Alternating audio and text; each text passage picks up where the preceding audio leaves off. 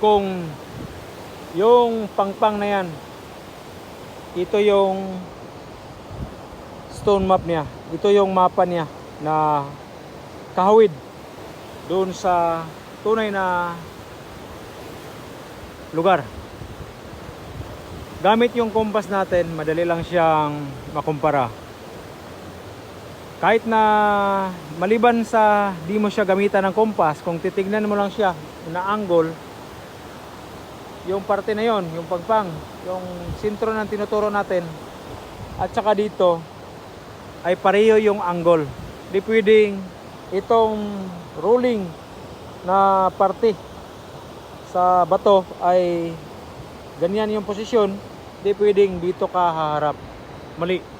Kung saan nakaharap yung bato to mountain, yun na ang kaniyang mapa. Yung pangpang na yan, ito yung mapa. Gamit yung compass, paano siya i-confirm? Una, kung may drone ka or Google Map, na gagamitan mo siya ng Google Map o kaya drone actual, mayroon namang compass yung drone. Didikitan mo yung pangpang na yan, kagaya ng ginagawa natin, kagaya nito. Itong gilid ng compass, idikit mo lang dito sa gilid. Kung anong declare dito, kagaya nito, east and west, at makonfirm mo doon, east and west din yung direksyon, ang gilid ng pangpang, kagaya sa pagdikit natin dito. Yun na ang pangpang na yan, at ito ay iisa lang. Kaya masasabi mo, malalaman mo na rin kung saan yung tunay na prospect spot sa kanila. Dahil sa pangpang, at ito ay isa lang. At kung saan ito mahanap yung prospect na deposito, andon lang parte sa pangpang na yon. At saka kung nasa pagitan, kung ano yung shape dito na nakadeklara sa bato, yon ang hahanapin mo doon sa pangpang na yon, ang shape na kagaya nito. Di ba? Kung makita mo yung ibabaw ng puno, makita mo yon, pababa dito ang parte.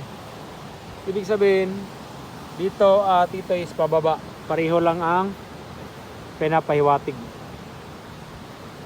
Ganun siya ang pagbasa sa stone map.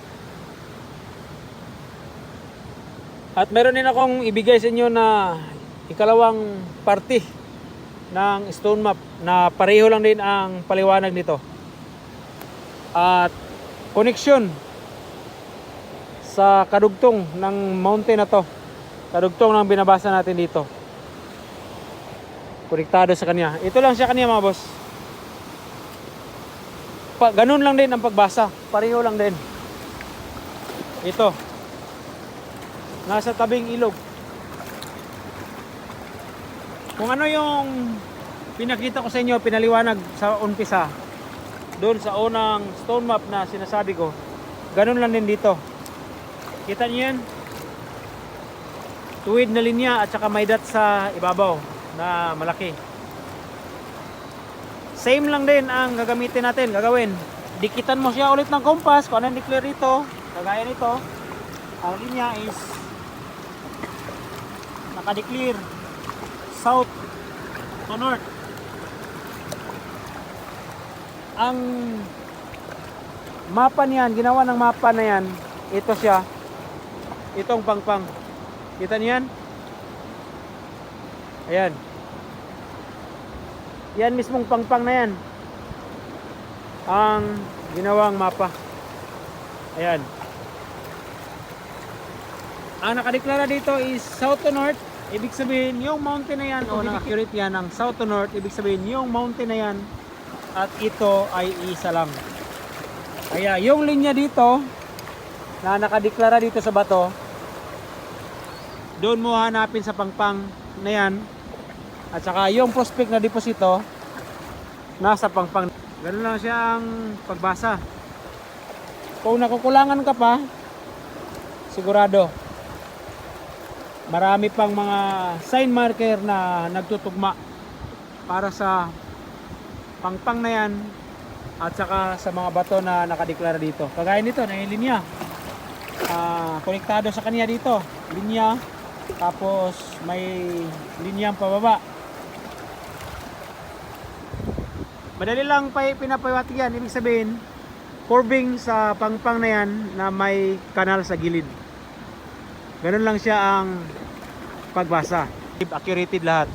Yung human face, animal face, angle, puzzle, at saka pattern, saka dadalhin kaniya doon sa trail, travel, at saka direction na rin yung tatahakin natin pupuntahan. Kagaya nito, nalaman mo na doon talaga siya makikita sa pangpang, pupuntahan mo dahil doon ang tunay na lokasyon sa ginawang mapa na to. Sana may nakuha kang ideas sa mga pinaliwanag ko sa araw na to. Maraming salamat din sa panahon, kaya binigyan tayo ng oras para makapagpaliwanag dito sa ating YouTube channel para mayroon din i-share para sa mga solid subscriber followers natin dito sa ating YouTube channel. Kung nais kayo kumontak sa akin, gusto nyo i-remap, basahin natin yung buong area niyo lugar, comment lang sa comment section para mapag-usapan natin yan.